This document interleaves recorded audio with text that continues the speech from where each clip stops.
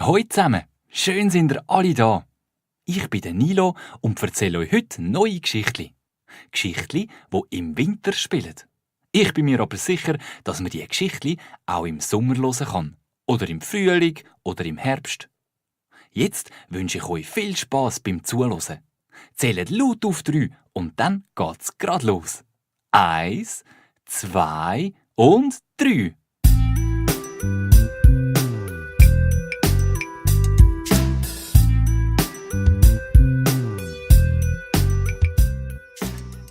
Papi, schau da vorne! Ich sehe ihn!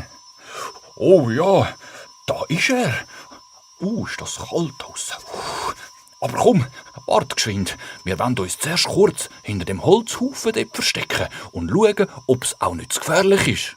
Okay, das ist eine gute Idee.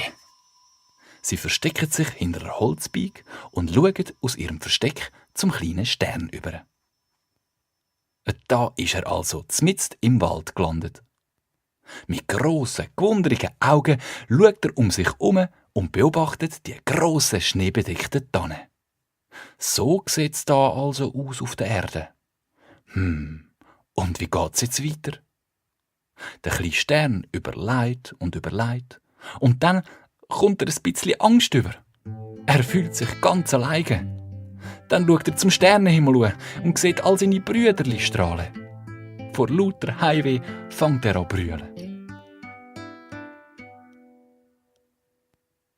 Da plötzlich kommt aus dem Gebüsch ein grosser Has.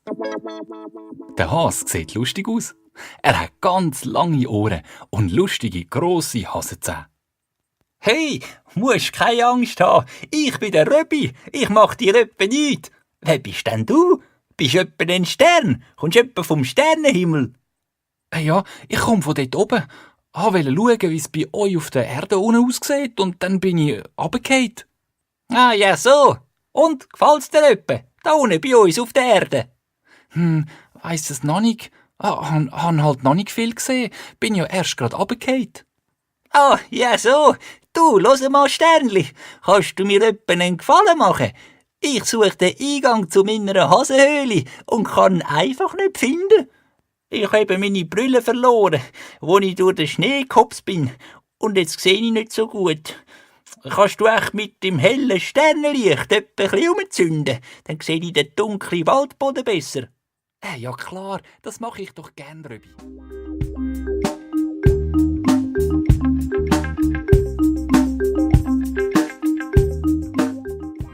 Der Bruno hat schon gern, wenn ihn die Kinder amig streicheln.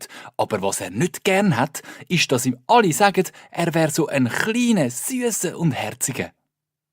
Bruno, sein Vater, ist nämlich ein grosser Polizeihund, der Räuber jagt. Und wenn der laut bellen tut, kommen damit alle Angst über. Der Bruno will eben auch so sein wie sein Vater. Gross, stark und gefürchtig. Wuff, wuff, ich bin nicht klein, bellt der Bruno. Ich bin ein grosser und gefährlicher Wachhund. Dann spaziert er breitbeinig durch die Stube und sucht jemanden, dem er Angst einjagen kann.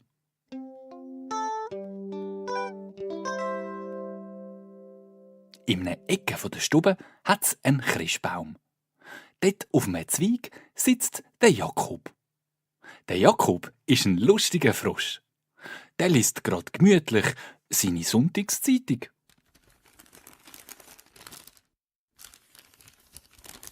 Da kommt grad der Bello um die Ecke. Uff, uff, Frosch Jakob, du Stubenhocker, los! Ich sag's dir, ich bin im Fall nicht klein. Ich bin gross und gefährlich. Pass du nur auf! Der Jakob sagt nur: Quack, quack, Hündli Bruno. Willst du jetzt nicht öppe an Weihnachten wieder Streit anfangen? Wenn du meinst, du seist gross, dann wird's wohl so sein. Aber lass mich in Ruhe. Ich will jetzt meine Zeitung lesen. Quack. Und überhaupt, schaust zuerst einmal, dass du ein bisschen wachsen tust, gell? Dann plötzlich klemmt der Jakob seine Zeitung unter die Achseln und macht einen grossen Gump aus dem Fenster. Und fort ist er.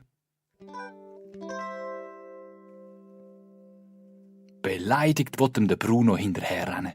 Dem frechen Frosch will er's zeigen. Schnell geht er in den verschneiten Garten raus und rennt in einen Gartenzwerg. Der Zwerg schaut ganz verwundert das Hündli an. Der Bruno fängt an zu bellen. Uff, uff, geh mir aus dem Weg, Zwergli. Weisst überhaupt, wer ich bin? Der Zwerg sagt: Ha, natürlich. Du bist doch das kleine herzige Hündli, der Bello. Uff, hey, ich heiss nicht Bello. Ich bin der Bruno und ich bin im Fall kein kleines, herziges Hündli. Ich bin ein grosser Hund, der gefährlichste auf der ganzen Welt. Uff. Der Grummel ist ein Monster. Er ist ein Liebe, von ihm müsst ihr also keine Angst haben.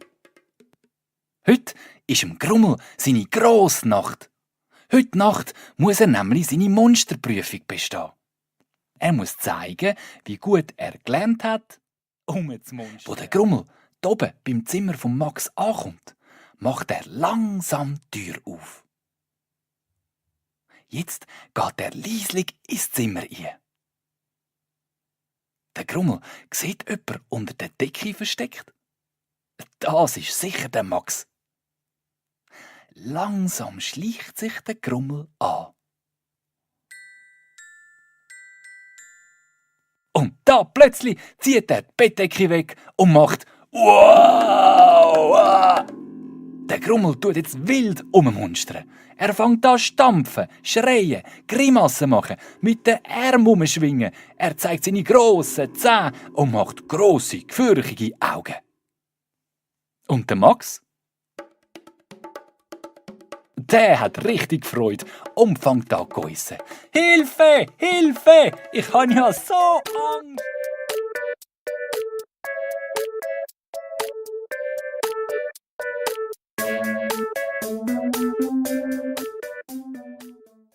«Oh, ich will es nie mehr machen. Nie mehr will ich so viel Gutzli aufs Mal fressen. Wenn ich doch nur kein Bauchweh mehr hätte. Wuff!» brüllt das Hündli. Da plötzlich hört's, wie jemand die Stege durchlaufen kommt. Ob auch das der Bäcker Momo ist? Oh je, wenn der Bäcker Momo das sieht, wenn der sieht, dass das Hündli alles weggefressen hat, dann wird er sicher ganz verrückt. Das Hündli versucht sich zu verstecken, aber mit seinem schweren Bauch kann es sich fast nicht bewegen. Die Schritte kommen immer näher. Oh je, oh je. Jetzt geht plötzlich die Tür auf und jemand kommt rein. Das Hündli zittert vor Angst und versucht sich unter dem Ofen zu verstecken. «Hallo, ist da jemand?» flüstert eine Stimme. «Bäcker Momo, bist du das? Uff!» bellt das Hündli ängstlich zurück. Nein, zum Glück ist es nicht der Bäcker Momo. Es ist eindeutig die Stimme von einem Bub. Es ist der Lukas, der Sohn vom Bäcker Momo. Der Lukas sieht all die angeknabberten Gutzli auf dem Bachblech und fragt sich, wer das war. Da entdeckt er das Hündli unter dem Ofen.